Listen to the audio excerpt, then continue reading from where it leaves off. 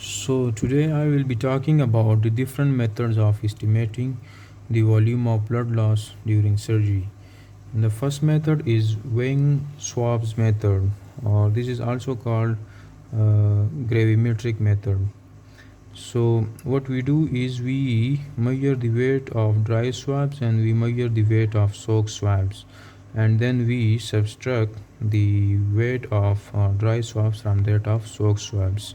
For example, if the weight of soaked swabs is 100 gram and that of the dry swabs is 50 gram, so we subtracting the weight of dry swabs from soaked swabs, so 100 minus 50 will be equal to 50.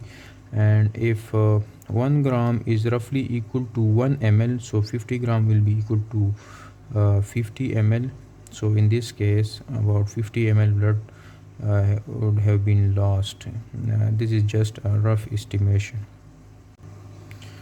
The second method is the measurement of volume of blood suction, and in this method we note the volume of irrigating fluid and then we note the volume of total volume of the suction bottle, and what we do is to subtract the volume of irrigating fluid from that of total volume of suction bottle, and what we get will be the estimated amount of blood loss in a surgery.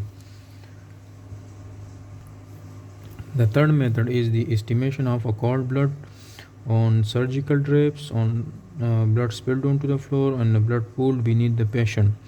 So actually we measure the area of the blood on different spaces on the drapes, onto the floors and beneath the patient, and then we have this calculation. If 50 centimeter area is involved, it will be roughly equal to 500 ml of blood. If 75 centimeter area is involved, it will be equal to 1000 ml of the blood, and if 100 centimeter area is involved, it will be equal to 1500 ml of blood loss. And the fourth method is the formula method, which is actual blood loss is equal to estimated blood loss multiplied by initial hemoglobin minus final hemoglobin divided by initial hemoglobin. So the estimated blood loss is equal to body weight multiplied by average blood volume.